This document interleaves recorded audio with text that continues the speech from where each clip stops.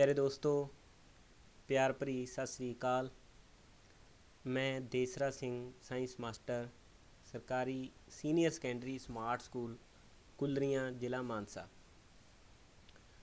ਤੁਹਾਡੇ ਲਈ ਇੱਕ ਵੀਡੀਓ ਲੈਕਚਰ ਲੈ ਕੇ ਹਾਜ਼ਰ ਹਾਂ ਜਿਸ ਦਾ ਵਿਸ਼ਾ ਹੈ ਪੌਦਿਆਂ ਅਤੇ ਜੰਗਲੀ ਜੀਵਾਂ ਦੀ ਸੁਰੱਖਿਆ। 8ਵੀਂ ਕਲਾਸ ਦਾ ਪਾਠ ਹੈ 7ਵਾਂ। ਇਸ ਪਾਠ ਨਾਲ ਸੰਬੰਧਿਤ ਕੁਝ ਭਾਗ ਅਸੀਂ ਹੁਣ ਤੱਕ ਡਿਸਕਸ ਕਰ ਚੁੱਕੇ ਹਾਂ, ਜਿਨ੍ਹਾਂ ਦੀ ਨਾਲ ਅਸੀਂ ਦੁਹਰਾਈ ਕਰਾਂਗੇ। ਉਹਦੇ 'ਚ ਜੋ ਕੁਝ ਅਸੀਂ ਹੁਣ ਤੱਕ ਪੜ੍ਹਿਆ ਹੈ ਉਸ ਦੇ ਵਿੱਚ ਹੈ ਜੰਗਲਾਂ ਦੀ ਕਟਾਈ, ਕਾਰਨ ਅਤੇ ਪ੍ਰਭਾਵ। ਤਾਂ ਜੰਗਲਾਂ ਦੀ ਕਟਾਈ ਦੇ ਕੀ ਕਾਰਨ ਨੇ, ਤਾਂ ਉਸ ਦੇ ਵਿੱਚ ਜਿਹੜੇ ਕੁਝ ਮੁੱਖ ਕਾਰਨ ਅਸੀਂ ਪੜ੍ਹਦੇ ਹੁੰਦੇ ਹਾਂ ਉਹ ਨੇ, ਇੱਕ ਤਾਂ ਖੇਤੀਬਾੜੀ ਦੇ ਲਈ ਭੂਮੀ ਪ੍ਰਾਪਤ ਕਰਨਾ, ਕਿਉਂਕਿ ਜਿਵੇਂ ਜਿਵੇਂ ਜਨਸੰਖਿਆ ਵੱਧ ਰਹੀ ਹੈ ਤਾਂ ਉਸ ਦੇ ਲਈ ਜਿਹੜੀ ਖੇਤੀਬਾੜੀ ਹੈ ਉਹ ਵੀ ਜ਼ਿਆਦਾ ਜਿਹੜੀ ਹੋ ਰਹੀ ਹੈ, ਜਾਂ ਇਸ ਤਰ੍ਹਾਂ ਕਹਿ ਲਈਏ ਕਿ ਜ਼ਿਆਦਾ ਭੂਮੀ ਚਾਹੀਦੀ ਹੈ, ਤਾਂ ਉਸ ਭੂਮੀ ਨੂੰ ਪ੍ਰਾਪਤ ਕਰਨ ਦੇ ਲਈ ਰੁੱਖਾਂ ਨੂੰ ਕੱਟਿਆ ਜਾਂਦਾ ਹੈ। ਇਸੇ ਤਰ੍ਹਾਂ ਉਦਯੋਗੀਕਰਨ ਹੋਇਆ ਹੈ, ਉਦਯੋਗ ਲੱਗ ਰਹੇ ਹਨ, ਉਹਦੇ ਲਈ ਵੀ ਭੂਮੀ ਚਾਹੀਦੀ ਹੈ, ਰੁੱਖਾਂ ਨੂੰ ਕੱਟਿਆ ਜਾਂਦਾ। ਔਰ ਫਰਨੀਚਰ ਦੇ ਲਈ ਲੱਕੜੀ ਪ੍ਰਾਪਤ ਕਰਨੀ, ਅਤੇ ਹੋਰ ਕਿੰਨੀਆਂ ਹੀ ਚੀਜ਼ਾਂ ਨੇ ਜਿਨ੍ਹਾਂ ਵਾਸਤੇ ਸਾਨੂੰ ਲੱਕੜ ਦੀ ਜ਼ਰੂਰਤ ਪੈਂਦੀ ਹੈ। ਤਾਂ ਇਹਨਾਂ ਜ਼ਰੂਰਤਾਂ ਨੂੰ ਪੂਰਾ ਕਰਨ ਦੇ ਲਈ ਜੰਗਲਾਂ ਨੂੰ ਕੱਟਿਆ ਜਾਂਦਾ ਹੈ। ਪਰ ਇੱਕ ਸਭ ਤੋਂ ਜਿਹੜਾ ਇੰਪੋਰਟੈਂਟ ਇੱਕ ਹੋਰ ਕਾਰਨ ਵੀ ਹੈ, ਜੰਗਲਾਂ ਦੇ ਵਿੱਚ ਲੱਗਦੀਆਂ ਅੱਗਾਂ। ਤਾਂ ਅੱਗ ਲੱਗਣ ਨਾਲ ਵੀ ਬਹੁਤ ਸਾਰੇ ਜਿਹੜੇ ਜੰਗਲ ਨੇ, ਹਰ ਸਾਲ ਕਿੰਨੇ ਹੀ ਜੰਗਲ ਇਸ ਨਾਲ ਖਤਮ ਹੋ ਰਹੇ ਨੇ। ਤਾਂ ਇਹਨਾਂ ਜਿਹੜੇ ਜੰਗਲਾਂ ਦੀ ਜਿਹੜੀ ਕਟਾਈ ਹੈ ਉਸ ਦੇ ਕੀ ਪ੍ਰਭਾਵ ਪੈਂਦੇ ਆ ਸਾਡੇ ਵਾਤਾਵਰਨ ਦੇ ਉੱਪਰ ਜਾਂ ਜੀਵ ਜੰਤੂਆਂ ਦੇ ਉੱਪਰ। ਤਾਂ ਉਸ ਪ੍ਰਭਾਵ ਦੀ ਜੇ ਅਸੀਂ ਗੱਲ ਕਰੀਏ ਤਾਂ ਉਹਦੇ 'ਚ ਇੱਕ ਤਾਂ ਇਹ ਆਉਂਦਾ ਹੈ ਕਿ ਸਾਫ਼ ਸੁਥਰੀ ਜਿਹੜੀ ਹਵਾ ਹੈ ਉਹ ਘੱਟ ਜਾਂਦੀ ਹੈ, ਪ੍ਰਦੂਸ਼ਿਤ ਹਵਾ ਵੱਧ ਜਾਂਦੀ ਹੈ, ਕਿਉਂਕਿ ਜੰਗਲ ਹਵਾ ਨੂੰ ਸਾਫ਼ ਕਰਨ ਦਾ ਕੰਮ ਕਰਦੇ ਨੇ। ਕਾਰਬਨ ਡਾਈਆਕਸਾਈਡ ਦਾ ਜਿਹੜਾ ਪੱਧਰ ਹੈ ਉਹ ਵਾਤਾਵਰਨ ਦੇ ਵਿੱਚ ਵੱਧ ਜਾਂਦਾ ਹੈ, ਜਿਸ ਨਾਲ ਗਲੋਬਲ ਵਾਰਮਿੰਗ ਵਰਗੀਆਂ ਜਿਹੜੀਆਂ ਸਮੱਸਿਆਵਾਂ ਨੇ ਉਹ ਪੈਦਾ ਹੁੰਦੀਆਂ ਨੇ, ਅਤੇ ਕੁਦਰਤੀ ਆਫਤਾਂ ਆਉਣ ਦੀ ਜਿਹੜੀ ਸੰਭਾਵਨਾ ਹੈ ਉਹ ਵੱਧ ਜਾਂਦੀ ਹੈ। ਵਰਖਾ ਦਾ ਜਿਹੜਾ ਪੈਟਰਨ ਹੈ ਉਹ ਵਿਗੜ ਜਾਂਦਾ ਹੈ। ਹੁਣ ਵਰਖਾ ਦਾ ਜੇ ਪੈਟਰਨ ਵਿਗੜ ਜਾਂਦਾ ਹੈ ਤਾਂ ਕਿਸੇ ਜਗ੍ਹਾ 'ਤੇ ਵਰਖਾ ਜ਼ਿਆਦਾ ਹੋਏਗੀ, ਕਿਸੇ ਜਗ੍ਹਾ ਦੇ ਉੱਤੇ ਵਰਖਾ ਘੱਟ ਹੋਊਗੀ। ਹੁਣ ਜਿੱਥੇ ਜ਼ਿਆਦਾ ਵਰਖਾ ਹੋ ਰਹੀ ਹੈ ਉੱਥੇ ਹੜ੍ਹ ਵਰਗੀਆਂ ਜਿਹੜੀਆਂ ਸਮੱਸਿਆਵਾਂ ਪੈਦਾ ਹੋਣਗੀਆਂ, ਜਿੱਥੇ ਵਰਖਾ ਘੱਟ ਹੋ ਰਹੀ ਹੈ ਉੱਥੇ ਸੋਕੇ ਵਰਗੀਆਂ ਸਮੱਸਿਆਵਾਂ ਪੈਦਾ ਹੋਣਗੀਆਂ, ਅਤੇ ਲਗਾਤਾਰ ਜਿਸ ਥਾਂ 'ਤੇ ਸੋਕਾ ਰਹੇਗਾ ਤਾਂ ਉੱਥੋਂ ਦੀ ਜਿਹੜੀ ਭੂਮੀ ਹੈ ਉਹ ਮਾਰੂਥਲ ਦੇ ਵਿੱਚ ਬਦਲ ਸਕਦੀ ਹੈ। ਇਸੇ ਤਰ੍ਹਾਂ ਭੂਖੋਰ ਵਰਗੀਆਂ ਸਮੱਸਿਆਵਾਂ ਹੋਣਗੀਆਂ। ਤਾਂ ਇਹ ਸਾਰੇ ਕੁਛ ਬੁਰੇ ਪ੍ਰਭਾਵ ਨੇ ਜਿਹੜੇ ਜੰਗਲਾਂ ਦੀ ਕਟਾਈ ਕਾਰਨ ਸਾਹਮਣੇ ਆਉਂਦੇ ਨੇ। ਪਰ ਇੱਕ ਅਸੀਂ ਪੜ੍ਹਿਆ ਸੀ ਜੰਗਲ ਅਤੇ ਜੰਗਲੀ ਜੀਵਨ ਦੀ ਰੱਖਿਆ। ਤਾਂ ਹੁਣ ਅਸੀਂ ਕਟਾਈ ਦੇ ਕਾਰਨ ਪੜ੍ਹ ਲਏ, ਪ੍ਰਭਾਵ ਪੜ੍ਹ ਲਏ, ਤਾਂ ਉਸੇ ਦੇ ਨਾਲ ਅਸੀਂ ਡਿਸਕਸ ਕੀਤਾ ਕਿ ਜੰਗਲਾਂ ਦਾ ਜਾਂ ਜੰਗਲੀ ਜੀਵਨ ਦੀ ਰੱਖਿਆ ਕਿਉਂ ਕਰਨੀ ਚਾਹੀਦੀ ਹੈ। ਕਿਉਂਕਿ ਜਿਹੜੇ ਜੰਗਲੀ ਜੀਵਨ ਨੇ ਉਹ ਸਾਡੀ ਭੋਜਨ ਲੜੀ ਦਾ ਹਿੱਸਾ ਹੈ, ਔਰ ਜੀਵ ਵਿਭਿੰਨਤਾ ਦਾ ਭੰਡਾਰ ਨੇ। ਵਾਤਾਵਰਨ ਦੇ ਵਿੱਚ ਹਰ ਇੱਕ ਜਿਹੜਾ ਜੀਵ ਹੈ ਉਹ ਇੱਕ ਭੋਜਨ ਲੜੀ ਦੇ ਨਾਲ ਇਸ ਵਾਤਾਵਰਨ ਦੇ ਨਾਲ ਜੁੜਿਆ ਹੋਇਆ ਹੈ। ਅਗਰ ਉਹ ਜੀਵ ਦੀ ਜਨਸੰਖਿਆ ਘੱਟ ਜਾਂਦੀ ਹੈ ਤਾਂ ਉਸ ਨਾਲ ਜਿਹੜੀ ਪੂਰੀ ਭੋਜਨ ਲੜੀ ਹੈ ਉਹ ਡਿਸਟਰਬ ਹੁੰਦੀ ਹੈ, ਉਸ ਦਾ ਸੰਤੁਲਨ ਵਿਗੜਦਾ ਹੈ, ਜਿਸ ਨਾਲ ਬਹੁਤ ਸਾਰੀਆਂ ਜਿਹੜੀਆਂ ਸਮੱਸਿਆਵਾਂ ਨੇ ਉਹ ਪੈਦਾ ਹੁੰਦੀਆਂ ਨੇ। ਤਾਂ ਇਸ ਲਈ ਜ਼ਰੂਰੀ ਹੈ ਕਿ ਅਸੀਂ ਜੰਗਲਾਂ ਦਾ ਅਤੇ ਜੰਗਲੀ ਜੀਵਨ ਦਾ ਸੁਰੱਖਿਅਣ ਕਰੀਏ। ਤਾਂ ਉਸ ਸੁਰੱਖਿਅਣ ਦੇ ਲਈ ਜੰਗਲੀ ਜੀਵਨ ਰੱਖਾਂ ਬਣਾਈਆਂ ਗਈਆਂ ਨੇ, ਜੀਵ ਮੰਡਲ ਰਿਜ਼ਰਵ ਅਤੇ ਨੈਸ਼ਨਲ ਪਾਰਕ ਬਣਾਏ ਗਏ ਨੇ। ਤਾਂ ਇਹਨਾਂ ਸਾਰਿਆਂ ਦਾ ਇਹੀ ਉਦੇਸ਼ ਹੈ ਕਿ ਇੱਥੇ ਉਹਨਾਂ ਜੀਵਾਂ ਨੂੰ ਰੱਖਿਆ ਜਾਏ ਕੁਦਰਤੀ ਤੌਰ 'ਤੇ, ਤਾਂ ਉਹ ਆਪਣੇ ਆਪਣੇ ਆਵਾਸ ਦੇ ਵਿੱਚ ਸੁਤੰਤਰ ਤੌਰ 'ਤੇ ਰਹਿ ਸਕਣ। ਔਰ ਜਿਹੜੇ ਇਹ ਖੇਤਰ ਨੇ ਇਹਨਾਂ ਦੇ ਵਿੱਚ शिकार ਦੇ ਉੱਤੇ ਪੂਰਨ ਰੋਕ ਹੁੰਦੀ ਹੈ, ਮਨਾਹੀ ਹੁੰਦੀ ਹੈ, ਔਰ ਜੇ ਕੋਈ ਇਸ ਤਰ੍ਹਾਂ ਕਰਦਾ ਹੈ ਤਾਂ ਉਸ ਨੂੰ ਦੰਡ ਵੀ ਦਿੱਤਾ ਜਾਂਦਾ ਹੈ। ਇੱਕ ਅਸੀਂ ਡਿਸਕਸ ਕੀਤਾ ਸੀ ਖਾਸ ਸਥਾਨਕ ਪ੍ਰਜਾਤੀਆਂ, ਤਾਂ ਇਹਦੇ ਨਾਮ ਦੇ ਵਿੱਚ ਹੀ ਹੈ ਖਾਸ ਸਥਾਨ, ਸਥਾਨ ਤੋਂ ਸ਼ਬਦ ਤੋਂ ਆਇਆ ਇਹ। ਤਾਂ ਉਹ ਪ੍ਰਜਾਤੀਆਂ ਜਿਹੜੀਆਂ ਸਿਰਫ ਕਿਸੇ ਖਾਸ ਸਥਾਨ 'ਤੇ ਹੀ ਪਾਈਆਂ ਜਾਂਦੀਆਂ ਨੇ, ਉਹਨਾਂ ਨੂੰ ਕਿਹਾ ਜਾਂਦਾ ਹੈ ਖਾਸ ਸਥਾਨਕ ਪ੍ਰਜਾਤੀਆਂ। ਤਾਂ ਇਹ ਅਸੀਂ ਤਾਂ ਦੁਬਾਰਾ ਤੋਂ ਦੁਹਰਾਈ ਕੀਤੀ ਹੈ ਤਾਂ ਕਿ ਇਸ ਟੌਪਿਕ ਨਾਲ ਤੁਸੀਂ ਜੁੜ ਜਾਓ। ਇਸ ਵੀਡੀਓ ਦੇ ਵਿੱਚ ਅਸੀਂ ਇਹਨਾਂ 4 ਚੀਜ਼ਾਂ 'ਤੇ ਫੋਕਸ ਕਰਾਂਗੇ।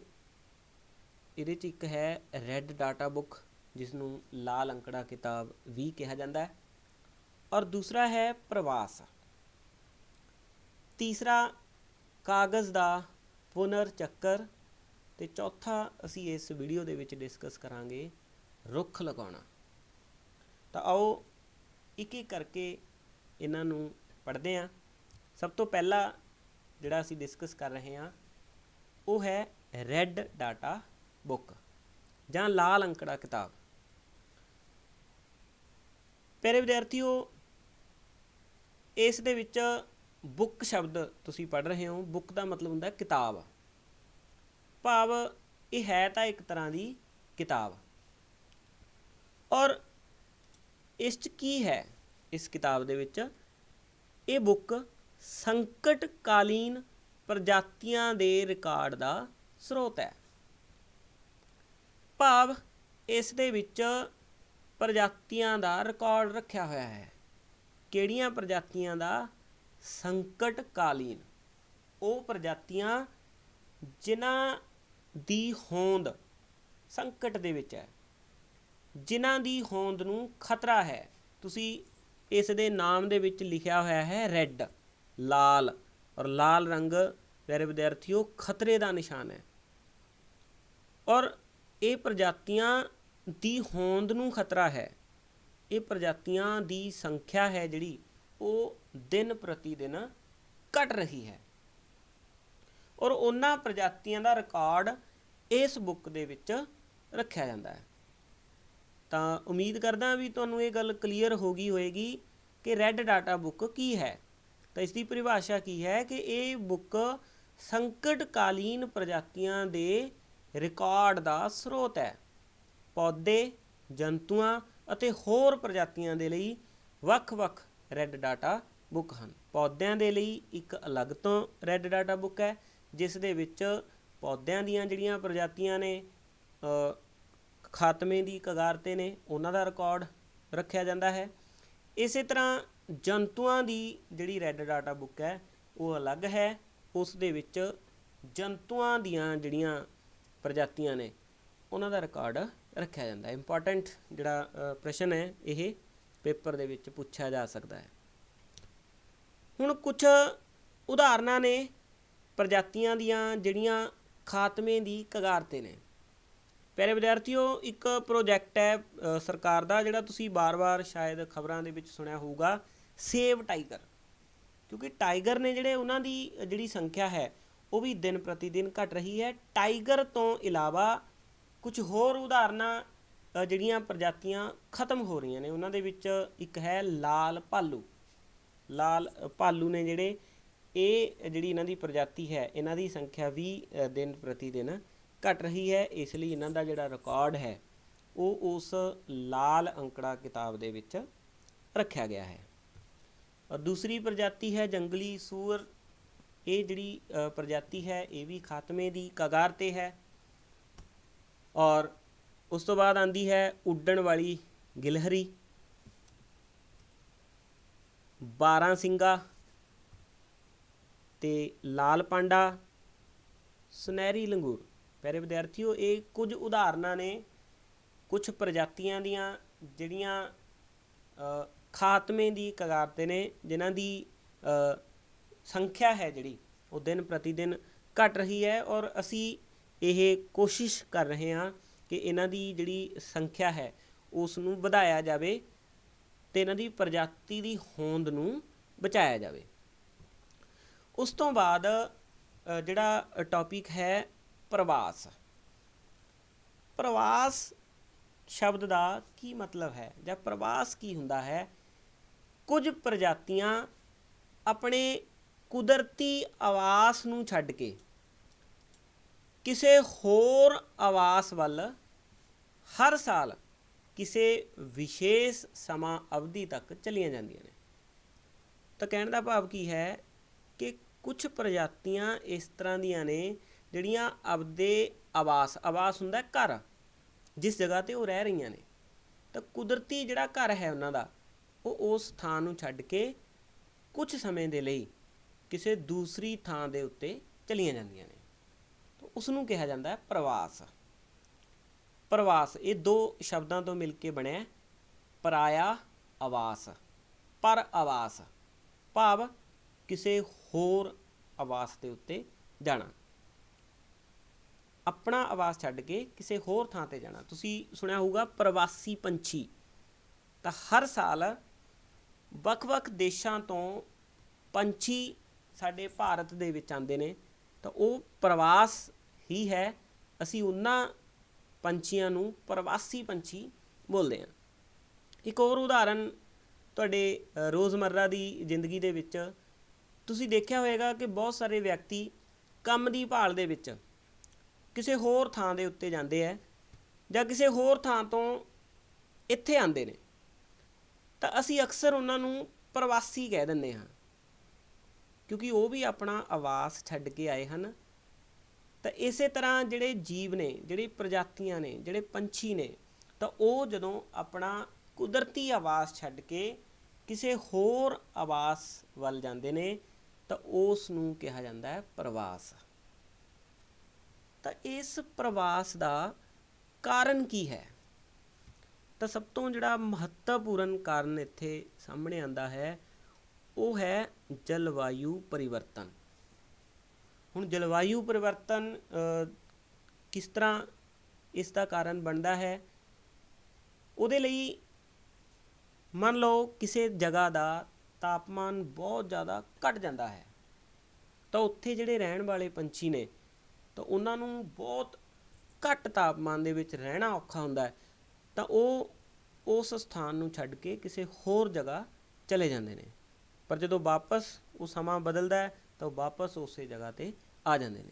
ਇਸੇ ਤਰ੍ਹਾਂ ਜੇ ਕਿਸੇ ਜਗ੍ਹਾ ਦਾ ਬਹੁਤ ਜ਼ਿਆਦਾ ਟੈਂਪਰੇਚਰ ਹੋ ਜਾਂਦਾ ਹੈ, ਉਹ ਤਾਂ ਵੀ ਉਸ ਜਗ੍ਹਾ ਨੂੰ ਛੱਡ ਕੇ ਚਲੇ ਜਾਂਦੇ ਆ, ਭਾਵ ਉਸ ਜਗ੍ਹਾ ਦਾ ਤਾਪਮਾਨ ਵਧਣਾ ਘਟਣਾ ਉਹ ਇਹਨਾਂ ਚੀਜ਼ਾਂ ਦਾ ਕਾਰਨ ਬਣਦਾ ਹੈ। ਕੁਝ ਉਦਾਹਰਨਾਂ ਡਿਸਕਸ ਕਰਦੇ ਹਾਂ।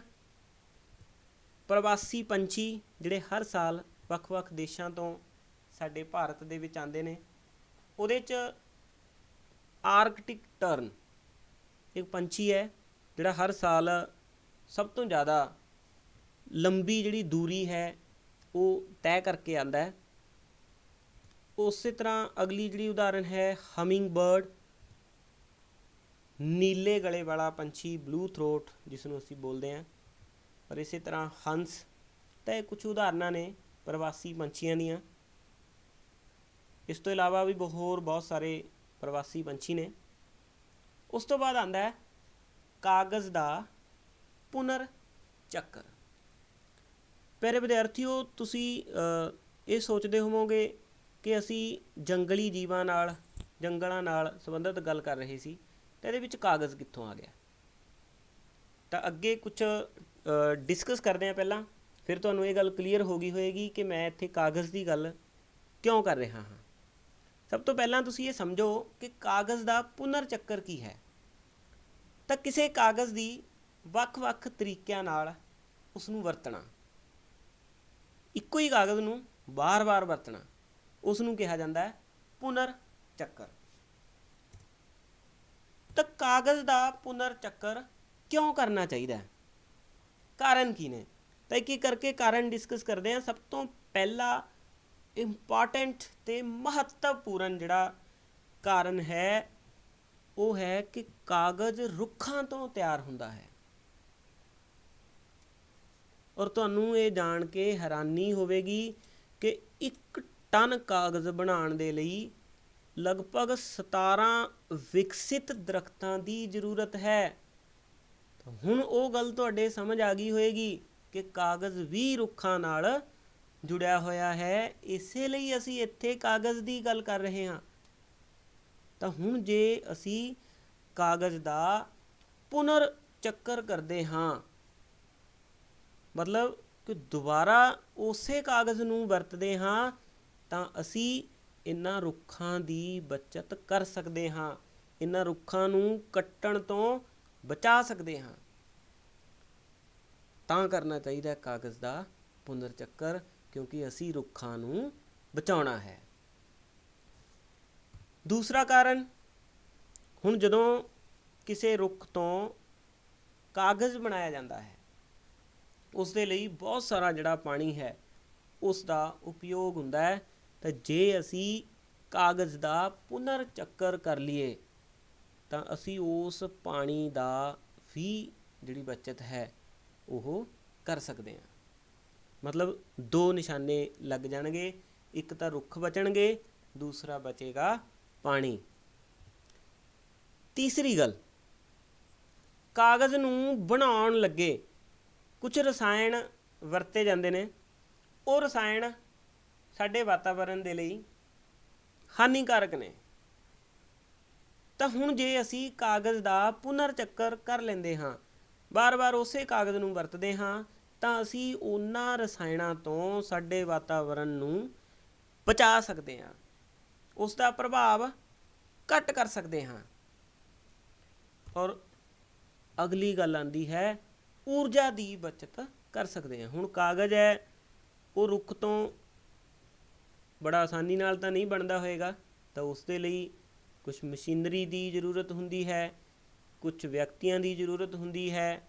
ਤਾਂ ਉਹ ਸਾਰੇ ਵਿਅਕਤੀਆਂ ਦੀ ਜਿਹੜੀ ਊਰਜਾ ਹੈ, ਮਸ਼ੀਨਰੀ ਦੀ ਊਰਜਾ ਹੈ, ਤਾਂ ਇਸ ਊਰਜਾ ਦੀ ਅਸੀਂ ਬੱਚਤ ਕਰ ਸਕਦੇ ਹਾਂ। ਤਾਂ ਇਹ ਕੁਛ ਕਾਰਨ ਸੀ ਜੋ ਇਹ ਦੱਸਦੇ ਨੇ ਕਿ ਅਸੀਂ ਪੁਨਰ ਚੱਕਰ ਕਿਉਂ ਕਰ ਸਕਦੇ ਹਾਂ ਜਾਂ ਕਿਉਂ ਕਰੀਏ।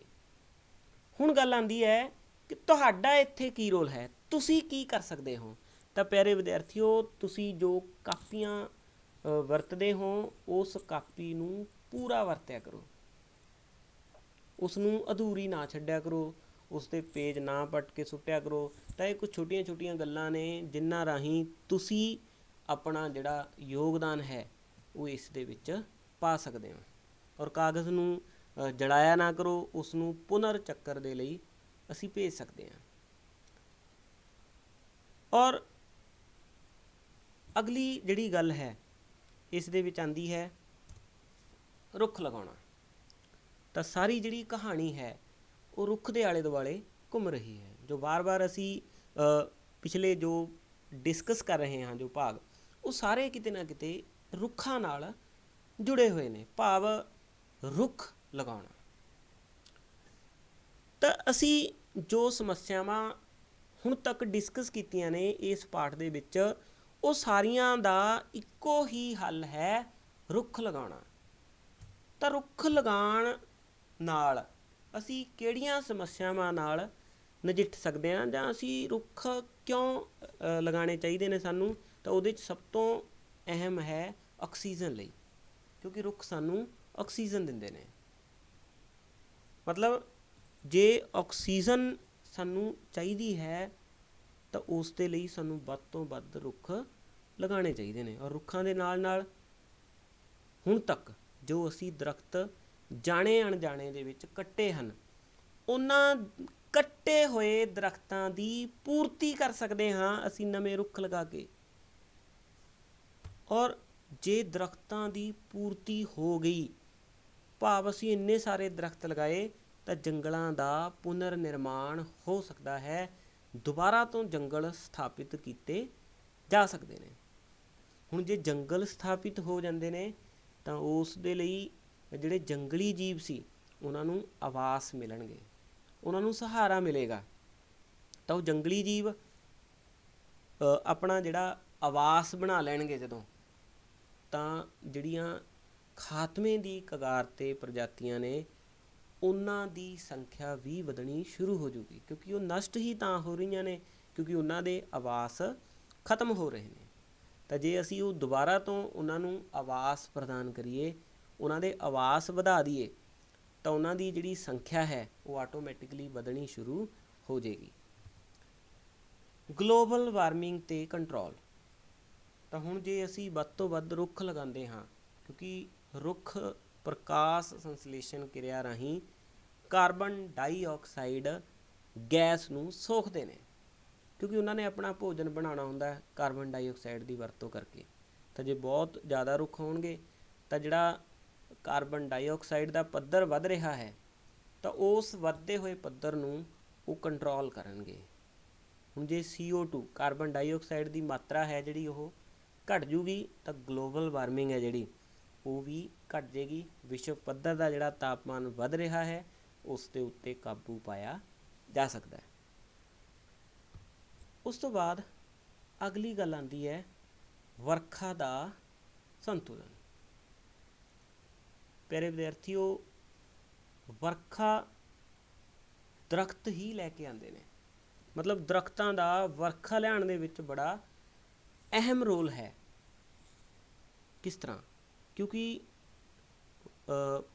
ਖਾਣਾ ਜਿਹੜਾ ਬਣਾਉਂਦੇ ਨੇ, ਇਹ ਭੋਜਨ ਬਣਾਉਣ ਤੋਂ ਬਾਅਦ ਜਿਹੜਾ ਵਾਧੂ ਪਾਣੀ ਬਚ ਜਾਂਦਾ ਹੈ ਉਸ ਵਾਧੂ ਪਾਣੀ ਨੂੰ ਵਾਸ਼ਪ ਉਤਸਰਜਨ ਰਾਹੀਂ ਵਾਸ਼ਪ ਬਣਾ ਕੇ ਉਡਾ ਦਿੰਦੇ ਨੇ। ਉਹ ਵਾਸ਼ਪ ਇਕੱਠੇ ਹੋ ਕੇ ਬੱਦਲ ਨਿਰਮਾਣ ਦੇ ਵਿੱਚ ਆਪਣਾ ਯੋਗਦਾਨ ਅਦਾ ਕਰਦੇ ਨੇ। ਔਰ ਹੁਣ ਜਿਹੜੀ ਇਹ ਵਰਖਾ ਹੈ ਉਹਦਾ ਵਰਖਾ ਦਾ ਇੱਕ ਪੈਟਰਨ ਸੈਟਅਪ ਕਰਦੇ ਨੇ ਜਿਹੜੇ ਰੁੱਖ ਨੇ, ਜੰਗਲ ਨੇ। ਤਾਂ ਜਦੋਂ ਜੰਗਲ ਬਹੁਤ ਜ਼ਿਆਦਾ ਹੋਣਗੇ, ਰੁੱਖ ਬਹੁਤ ਜ਼ਿਆਦਾ ਹੋਣਗੇ ਤਾਂ ਜਿਹੜੀ ਜਿਸ ਸਥਾਨ 'ਤੇ ਵਰਖਾ ਦੀ ਜ਼ਰੂਰਤ ਹੈ ਤਾਂ ਉਸ ਹਿਸਾਬ ਨਾਲ ਜਿਹੜਾ ਇੱਕ ਪੈਟਰਨ ਹੈ ਉਹ ਸੰਤੁਲਨ ਬਣਿਆ ਰਹਿੰਦਾ ਹੈ। ਹੁਣ ਜੇ ਸੰਤੁਲਨ ਬਣਿਆ ਰਹੇਗਾ ਤਾਂ ਉਸ ਨਾਲ ਕੁਦਰਤੀ ਆਫਤਾਂ ਨੇ ਜਿਹੜੀਆਂ ਉਹਨਾਂ ਦੇ ਆਉਣ ਦੀਆਂ ਜਿਹੜੀਆਂ ਸੰਭਾਵਨਾਵਾਂ ਨੇ ਉਹ ਵੀ ਘਟ ਜਾਣਗੀਆਂ, ਕਿਉਂਕਿ ਸੋਕੇ ਦੀ ਜਾਂ ਹੜ੍ਹਾਂ ਦੀ ਸਮੱਸਿਆਵਾਂ ਘਟ ਜਾਣਗੀਆਂ। ਔਰ ਇੱਕ ਹੋਰ ਸਮੱਸਿਆ ਹੈ ਭੂ ਖੋਰ ਦੀ ਸਮੱਸਿਆ, ਕਿਉਂਕਿ ਜਿਹੜੇ ਰੁੱਖ ਨੇ, ਰੁੱਖਾਂ ਦੀਆਂ ਜੜ੍ਹਾਂ ਮਿੱਟੀ ਨੂੰ ਜਕੜ ਕੇ ਰੱਖਦੀਆਂ ਨੇ ਤਾਂ ਇਸ ਨਾਲ ਜਿਹੜੀ ਭੌਂ ਖੋਰ ਦੀ ਸਮੱਸਿਆ ਹੈ ਉਸ ਨਾਲ ਵੀ ਨਜਿੱਠਿਆ ਜਾ ਸਕਦਾ ਹੈ। ਕੁੱਲ ਮਿਲਾ ਕੇ ਇਹ ਜੋ ਪੁਆਇੰਟ ਅਸੀਂ ਹੁਣ ਡਿਸਕਸ ਕੀਤੇ ਨੇ ਇਹ ਸੀ ਸਾਡੇ ਲਈ, ਹੁਣ ਦੇ ਲਈ। ਪਰ ਸਾਡੀਆਂ ਆਉਣ ਵਾਲੀਆਂ ਪੀੜ੍ਹੀਆਂ, ਤਾਂ ਜੇ ਅਸੀਂ ਚਾਹੁੰਦੇ ਹਾਂ ਕਿ ਸਾਡੀਆਂ ਆਉਣ ਵਾਲੀਆਂ ਪੀੜ੍ਹੀਆਂ ਦੇ ਲਈ ਵੀ ਇਹ ਹਰੀ ਸੰਪਦਾ ਭਾਵ ਜੰਗਲ ਬਚੇ ਰਹਿਣ, ਤਾਂ ਉਸ ਦਾ ਇੱਕੋ ਇੱਕ ਬਦਲ ਹੈ, ਇੱਕੋ ਇੱਕ ਤਰੀਕਾ ਹੈ, ਬਹੁਤ ਸਾਰੇ ਨਵੇਂ ਰੁੱਖ ਲਗਾਉਣਾ। ਕਿਉਂਕਿ ਜੇ ਹੁਣ ਤੋਂ ਅਸੀਂ ਇਸ ਤਰ੍ਹਾਂ ਦੀਆਂ ਜਿਹੜੀਆਂ ਮਤਲਬ ਯੋਜਨਾਵਾਂ ਸ਼ੁਰੂ ਕਰਾਂਗੇ ਵੱਧ ਤੋਂ ਵੱਧ ਰੁੱਖ ਲਗਾਉਣ ਦੀਆਂ, ਤਾਂ ਅਸੀਂ ਸਾਡੀਆਂ ਆਉਣ ਵਾਲੀਆਂ ਜਿਹੜੀਆਂ ਪੀੜ੍ਹੀਆਂ ਨੇ ਉਹਨਾਂ ਦੇ ਲਈ ਇਸ ਹਰੀ ਸੰਪਦਾ ਨੂੰ ਬਚਾ ਕੇ ਰੱਖ ਸਕਦੇ ਹਾਂ। ਉਸ ਤੋਂ ਬਾਅਦ ਹੁਣ ਤੱਕ ਜੋ ਅਸੀਂ ਇਹ ਟੌਪਿਕ ਡਿਸਕਸ ਕੀਤੇ ਨੇ ਉਹਨਾਂ ਦੇ ਨਾਲ ਸੰਬੰਧਿਤ ਕੁਛ ਪ੍ਰਸ਼ਨ ਜਿਹੜੇ ਅਕਸਰ ਹੀ ਪ੍ਰੀਖਿਆ ਦੇ ਵਿੱਚ ਪੁੱਛੇ ਜਾਂਦੇ ਨੇ। ਉਸ ਦੇ ਵਿੱਚ ਆਉਂਦਾ ਹੈ ਰੈੱਡ ਡਾਟਾ ਬੁੱਕ ਕੀ ਹੈ, ਲਾਲ ਅੰਕੜਾ ਕਿਤਾਬ ਕੀ ਹੈ। ਇਹ ਵੀ ਹੋ ਸਕਦਾ ਸੀ, ਇੱਥੇ ਬਹੁਤੇ ਵਿਦਿਆਰਥੀ ਇੱਥੇ ਕਨਫਿਊਜ਼ ਹੋ ਜਾਂਦੇ ਨੇ। ਤਾਂ ਪਿਆਰੇ ਵਿਦਿਆਰਥੀਓ, ਇਹ ਇਸੇ ਦਾ ਹੀ ਨਾਂ ਹੈ। ਇੰਗਲਿਸ਼ ਦੇ ਵਿੱਚ ਇਸ ਨੂੰ ਰੈੱਡ ਡਾਟਾ ਬੁੱਕ ਕਿਹਾ ਜਾਂਦਾ ਹੈ ਅਤੇ ਪੰਜਾਬੀ ਦੇ ਵਿੱਚ ਇਸ ਨੂੰ ਲਾਲ ਅੰਕੜਾ ਕਿਤਾਬ ਕਿਹਾ ਜਾਂਦਾ ਹੈ। ਤਾਂ ਇਹਦੇ ਬਾਰੇ ਅਸੀਂ ਡਿਸਕਸ ਕਰ ਚੁੱਕੇ ਹਾਂ ਕਿ ਇਹ ਉਹ ਕਿਤਾਬ ਹੈ ਜਿਸ ਦੇ ਵਿੱਚ ਖਾਤਮੇ ਦੀ ਕਗਾਰ 'ਤੇ ਜੋ ਪ੍ਰਜਾਤੀਆਂ ਨੇ ਉਹਨਾਂ ਦਾ ਰਿਕਾਰਡ ਰੱਖਿਆ ਜਾਂਦਾ ਹੈ, ਚਾਹੇ ਉਹ ਰੁੱਖਾਂ ਨਾਲ ਸੰਬੰਧਿਤ ਹੋਣ, ਪੌਦਿਆਂ ਨਾਲ ਸੰਬੰਧਿਤ ਹੋਣ ਜਾਂ ਉਹ ਜੀਵਾਂ ਨਾਲ ਸੰਬੰਧਿਤ ਹੋਣ। ਉਸ ਤੋਂ ਬਾਅਦ ਅਗਲਾ ਪ੍ਰਸ਼ਨ ਹੋ ਸਕਦਾ ਹੈ ਕਿ ਪ੍ਰਵਾਸ ਤੋਂ ਤੁਸੀਂ ਕੀ ਸਮਝਦੇ ਹੋ। ਪ੍ਰਵਾਸ ਬਾਰੇ ਵੀ ਅਸੀਂ ਡਿਸਕਸ ਕੀਤਾ ਹੈ ਕਿ ਪ੍ਰਵਾਸ ਜਦੋਂ ਕੋਈ ਪ੍ਰਜਾਤੀਆਂ ਆਪਣਾ ਕੁਦਰਤੀ ਆਵਾਸ ਛੱਡ ਕੇ ਕਿਸੇ ਹੋਰ ਆਵਾਸ 'ਤੇ ਕੁਛ ਨਿਸ਼ਚਿਤ ਸਮੇਂ ਦੇ ਲਈ ਜਾਂਦੀਆਂ ਨੇ ਤਾਂ ਉਸ ਨੂੰ ਕਿਹਾ ਜਾਂਦਾ ਹੈ ਪ੍ਰਵਾਸ। ਸਾਨੂੰ ਕਾਗਜ਼ ਦੀ ਬੱਚਤ ਕਿਉਂ ਕਰਨੀ ਚਾਹੀਦੀ ਹੈ? ਉਹਨਾਂ ਕਿਰਿਆਵਾਂ ਦੀ ਸੂਚੀ ਬਣਾਓ ਜਿਸ ਨਾਲ ਕਾਗਜ਼ ਦੀ ਬੱਚਤ ਕੀਤੀ ਜਾ ਸਕਦੀ ਹੈ। ਇਹਦੇ ਬਾਰੇ ਆਪਾਂ ਡਿਸਕਸ ਕਰ ਚੁੱਕੇ ਹਾਂ, ਬੜੀ ਲੰਬੀ ਚੌੜੀ ਗੱਲਬਾਤ। ਕਾਗਜ਼ ਦੀ ਬੱਚਤ ਕਿਉਂ ਕਰਨੀ ਚਾਹੀਦੀ ਹੈ? ਅਸੀਂ ਇਸ ਨਾਲ ਰੁੱਖਾਂ ਦੀ ਬੱਚਤ ਕਰ ਸਕਦੇ ਹਾਂ, ਪਾਣੀ ਦੀ ਬੱਚਤ ਹੋ ਸਕਦੀ ਹੈ, ਕਿਉਂਕਿ ਜੇ ਕਾਗਜ਼ ਬਚਾਵਾਂਗੇ ਤਾਂ ਰੁੱਖ ਬਚਣਗੇ, ਕਿਉਂਕਿ ਰੁੱਖਾਂ ਤੋਂ ਕਾਗਜ਼ ਤਿਆਰ ਹੁੰਦਾ ਹੈ। ਔਰ ਜੇ ਅਸੀਂ ਕਾਗਜ਼ ਦੀ ਬੱਚਤ ਕਰਾਂਗੇ ਪਾਣੀ ਦੀ ਵੀ ਬੱਚਤ ਹੋ ਸਕਦੀ ਹੈ। ਕੁਛ ਹਾਨੀਕਾਰਕ ਰਸਾਇਣਾਂ ਤੋਂ ਵਾਤਾਵਰਣ ਨੂੰ ਬਚਾ ਸਕਦੇ ਹਾਂ, ਊਰਜਾ ਦੀ ਬੱਚਤ ਕਰ ਸਕਦੇ ਹਾਂ। ਤਾਂ ਕਿਰਿਆਵਾਂ ਕੀ ਹੋ ਸਕਦੀਆਂ ਨੇ? ਕਿਰਿਆਵਾਂ ਹੋ ਸਕਦੀਆਂ ਨੇ ਜਿਵੇਂ ਅਸੀਂ ਪਿੱਛੇ ਡਿਸਕਸ ਕਰਕੇ ਹਟੇ ਹਾਂ ਕਿ ਕਾਗਜ਼ ਨੂੰ ਬਾਰ-ਬਾਰ ਵਰਤਿਆ ਜਾ ਸਕਦਾ ਹੈ। ਔਰ ਕੁਛ ਜਿਵੇਂ ਅੱਜ ਕੱਲ੍ਹ ਡਿਜੀਟਲ ਜਿਹੜਾ ਯੁੱਗ ਹੈ, ਤਾਂ ਅਸੀਂ ਇਲੈਕਟ੍ਰੋਨਿਕ ਜਿਹੜਾ ਮੀਡੀਆ ਹੈ ਉਸ ਦੀ ਵਰਤੋਂ ਕਰ ਸਕਦੇ ਹਾਂ।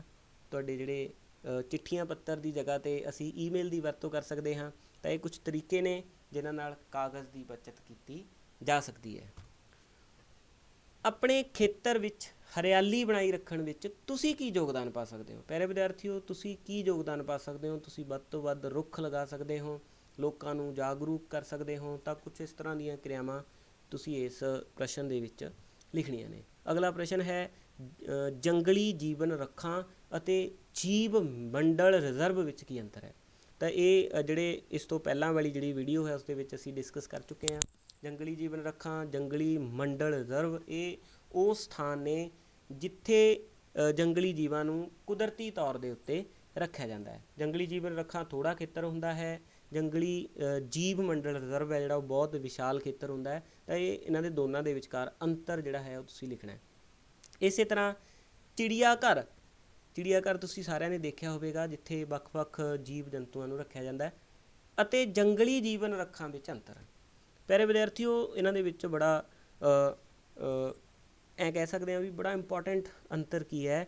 ਚਿੜੀਆ ਘਰ ਦੇ ਵਿੱਚ ਜਿਹੜੇ ਜੀਵ ਜੰਤੂ ਨੇ ਉਹਨਾਂ ਨੂੰ ਪਿੰਜਰੇ 'ਚ ਰੱਖਿਆ ਜਾਂਦਾ ਹੈ, ਭਾਵ ਉਹਨਾਂ ਨੂੰ ਪਿੰਜਰੇ 'ਚ ਤਾੜਿਆ ਜਾਂਦਾ ਹੈ। ਪਰ ਜਿਹੜੇ ਜੰਗਲੀ ਜੀਵਨ ਰੱਖਾਂ ਨੇ ਉੱਥੇ ਉਹ ਜੀਵ ਸੁਤੰਤਰ ਤੌਰ 'ਤੇ ਰਹਿੰਦੇ ਹੈ, ਮਤਲਬ ਫਰੀਲੀ ਆਜ਼ਾਦ ਘੁੰਮਦੇ ਨੇ। ਪਰ ਚਿੜੀਆ ਘਰ ਦੇ ਵਿੱਚ ਉਹਨਾਂ ਨੂੰ ਜਿਹੜਾ ਹੈ ਪਿੰਜਰੇ ਦੇ ਵਿੱਚ ਬੰਦ ਕਰਕੇ ਰੱਖਿਆ ਜਾਂਦਾ ਹੈ। ਇਹੀ ਇਹਨਾਂ ਦੇ ਵਿੱਚ ਮੇਨ ਅੰਤਰ ਹੈ। ਇਸੇ ਤਰ੍ਹਾਂ ਇੱਕ ਕੁਐਸਚਨ ਹੈ ਕਿ ਜੰਗਲਾਂ ਦੀ ਕਟਾਈ ਦੇ ਕਾਰਨ ਕੀ ਹੋ ਸਕਦੇ ਨੇ ਜਾਂ ਕੀ ਪ੍ਰਭਾਵ ਪੈਂਦਾ ਹੈ, ਉਸ ਦੀ ਵਿਚਾਰ ਚਰਚਾ ਪੁੱਛੀ ਜਾ ਸਕਦੀ ਹੈ। ਜਾਂ ਇਹ ਪੁੱਛਿਆ ਜਾ ਸਕਦਾ ਹੈ ਕਿ ਪੇਂਡੂ ਖੇਤਰ 'ਤੇ ਕੀ ਪ੍ਰਭਾਵ ਪੈਂਦਾ ਹੈ, ਜਾਂ ਸ਼ਹਿਰੀ ਖੇਤਰ 'ਤੇ ਕੀ ਪ੍ਰਭਾਵ ਪੈਂਦਾ ਹੈ, ਭੂਮੀ 'ਤੇ ਕੀ ਪ੍ਰਭਾਵ ਪੈਂਦਾ ਹੈ। ਤਾਂ ਇਸ ਤਰ੍ਹਾਂ ਦੇ ਕੁਛ ਚੀਜ਼ਾਂ ਇਸ ਦੇ ਵਿੱਚ ਪੁੱਛੀਆਂ ਜਾ ਸਕਦੀਆਂ ਨੇ। ਤਾਂ ਉਹ ਸਾਰਾ ਜਿਹੜੇ ਕਟਾਈ ਦੇ ਕਾਰਨ ਪ੍ਰਭਾਵ ਉਹ ਅਸੀਂ ਡਿਸਕਸ ਕਰ ਚੁੱਕੇ ਹਾਂ, ਜਿਹੜੇ ਤੁਸੀਂ ਇਸ ਪ੍ਰਸ਼ਨ ਦੇ ਵਿੱਚ ਲਿਖ ਦੇਣੇ ਨੇ। ਉਸ ਤੋਂ ਬਾਅਦ ਆਉਂਦਾ ਹੈ, ਸਾਨੂੰ ਜੀਵ ਵਿਭਿੰਨਤਾ ਦਾ ਸੁਰੱਖਿਅਣ ਕਿਉਂ ਕਰਨਾ ਚਾਹੀਦਾ ਹੈ? ਤਾਂ ਇਹਦੇ ਬਾਰੇ ਵੀ ਅਸੀਂ ਡਿਸਕਸ ਕੀਤਾ ਸੀਗਾ। ਜੀਵ ਵਿਭਿੰਨਤਾ ਦਾ ਮਤਲਬ ਹੁੰਦਾ ਹੈ ਕਿ ਵੱਖ-ਵੱਖ ਤਰ੍ਹਾਂ ਦੇ ਜਿਹੜੀਆਂ ਪ੍ਰਜਾਤੀਆਂ ਨੇ ਜਾਂ ਜੀਵ ਜੰਤੂ ਨੇ, ਤਾਂ ਉਹਨਾਂ ਦਾ ਸੁਰੱਖਿਅਣ ਇੱਕ ਤਾਂ ਉਹ ਸਾਡੀ ਭੋਜਨ ਲੜੀ ਦਾ ਹਿੱਸਾ ਨੇ, ਕਿਉਂਕਿ ਹਰ ਇੱਕ ਜਿਹੜਾ ਹੈ ਜੀਵ ਜੰਤੂ ਭੋਜਨ ਲੜੀਆਂ ਦੇ ਰਾਹੀਂ ਭੋਜਨ ਜਾਲ ਦੇ ਨਾਲ ਕਨੈਕਟਡ ਹੈ। ਅਗਰ ਕਿਸੇ ਵੀ ਜੀਵ ਦੀ ਪ੍ਰਜਾਤੀ ਖਤਮ ਹੁੰਦੀ ਹੈ ਤਾਂ ਉਸ ਨਾਲ ਉਹ ਜਿਹੜੀ ਭੋਜਨ ਲੜੀ ਹੈ ਉਹ ਉਸ ਦਾ ਸੰਤੁਲਨ ਜਿਹੜਾ ਹੈ ਉਹ ਵਿਗੜ ਸਕਦਾ ਹੈ। ਉਸ ਤੋਂ ਬਾਅਦ ਪ੍ਰਸ਼ਨ ਆਉਂਦਾ ਹੈ, ਦੱਸੋ ਕਿ ਕਿਸ ਤਰ੍ਹਾਂ ਜੰਗਲਾਂ ਦੀ ਕਟਾਈ ਵਰਖਾ ਨੂੰ ਪ੍ਰਭਾਵਿਤ ਕਰਦੀ ਹੈ? ਇਸ ਦੇ ਬਾਰੇ ਵੀ ਅਸੀਂ ਡਿਸਕਸ ਕਰ ਚੁੱਕੇ ਹਾਂ। ਤਾਂ ਇਹਦੇ ਵਿੱਚ ਤੁਸੀਂ ਜੰਗਲਾਂ ਦੀ ਕਟਾਈ ਨਾਲ ਸੰਬੰਧਿਤ ਵਰਖਾ 'ਤੇ ਜਿਹੜੇ ਪੈਣ ਵਾਲੇ ਪ੍ਰਭਾਵ ਨੇ ਉਹ ਡਿਸਕਸ ਕਰਨੇ ਨੇ। ਤਾਂ ਉਮੀਦ ਕਰਦਾ ਵੀ ਤੁਸੀਂ ਇਹਨਾਂ ਸਾਰੇ ਭਾਗਾਂ ਨੂੰ, ਇਹਨਾਂ ਸਾਰੇ ਵਿਸ਼ਿਆਂ ਨੂੰ ਧਿਆਨ ਨਾਲ ਸੁਣਿਆ ਹੋਵੇਗਾ ਅਤੇ ਇਹਨਾਂ ਪ੍ਰਸ਼ਨਾਂ ਨੂੰ ਤੁਸੀਂ ਨੋਟ ਕਰ ਲਿਆ ਹੋਵੇਗਾ। ਹੁਣ ਇੱਕ ਛੋਟੀ ਜਿਹੀ ਕੋਸ਼ਿਸ਼ ਹੈ ਜਿਸ ਨਾਲ ਤੁਸੀਂ ਵਾਤਾਵਰਨ ਬਚਾਓ ਦੀ ਜਿਹੜੀ ਇਹ ਮੁਹਿੰਮ ਹੈ ਉਸ ਦੇ ਵਿੱਚ ਆਪਣਾ ਜਿਹੜਾ ਯੋਗਦਾਨ ਹੈ ਉਹ ਪਾ ਸਕਦੇ ਹੋ। ਪਿਆਰੇ ਵਿਦਿਆਰਥੀਓ, ਤੁਹਾਡਾ ਜਨਮ ਦਿਨ ਜਿਹੜਾ ਹੈ ਉਹ ਹਰ ਸਾਲ ਆਉਂਦਾ ਹੈ। ਤਾਂ ਇਸ ਜਨਮ ਦਿਨ ਦੇ ਉੱਤੇ ਤੁਸੀਂ ਕੁਦਰਤ ਨੂੰ ਇੱਕ ਤੋਹਫਾ ਦੇ ਸਕਦੇ ਹੋ, ਇੱਕ ਪੌਦਾ ਲਗਾ ਕੇ, ਕਿਉਂਕਿ ਕੁਦਰਤ ਨੇ ਤੁਹਾਨੂੰ ਬਹੁਤ ਸਾਰੇ ਤੋਹਫੇ ਦਿੱਤੇ ਨੇ। ਤਾਂ ਰਿਟਰਨ ਦੇ ਵਿੱਚ ਇੱਕ ਤੁਸੀਂ ਗਿਫਟ, ਇੱਕ ਤੁਸੀਂ ਕੁਦਰਤ ਨੂੰ ਪੌਦਾ ਦੇ ਸਕਦੇ ਹੋ। ਔਰ ਸਿਰਫ ਪੌਦਾ ਲਗਾਉਣਾ ਨਹੀਂ, ਉਸ ਦੀ ਸਾਂਭ ਸੰਭਾਲ ਵੀ ਕਰਨੀ ਹੈ। ਜਿਸ ਤਰ੍ਹਾਂ ਮਾਪੇ ਆਪਣੇ ਬੱਚਿਆਂ ਦੀ ਸਾਂਭ ਸੰਭਾਲ ਕਰਦੇ ਹਨ, ਉਸ ਨੂੰ ਪਾਲ ਪਲੋਸ ਕੇ ਵੱਡਾ ਕਰਦੇ ਹਨ, ਤੁਸੀਂ ਵੀ ਉਸ ਪੌਦੇ ਨੂੰ ਪਾਲ ਪਲੋਸ ਕੇ ਵੱਡਾ ਕਰਨਾ ਹੈ। ਉਦੋਂ ਤੱਕ ਉਹਦੀ ਸਾਂਭ ਸੰਭਾਲ ਕਰਨੀ ਹੈ ਜਦੋਂ ਤੱਕ ਉਹ ਆਪਣੇ ਆਪ ਨੂੰ ਐਸਟੈਬਲਿਸ਼ ਨਹੀਂ ਕਰ ਲੈਂਦਾ।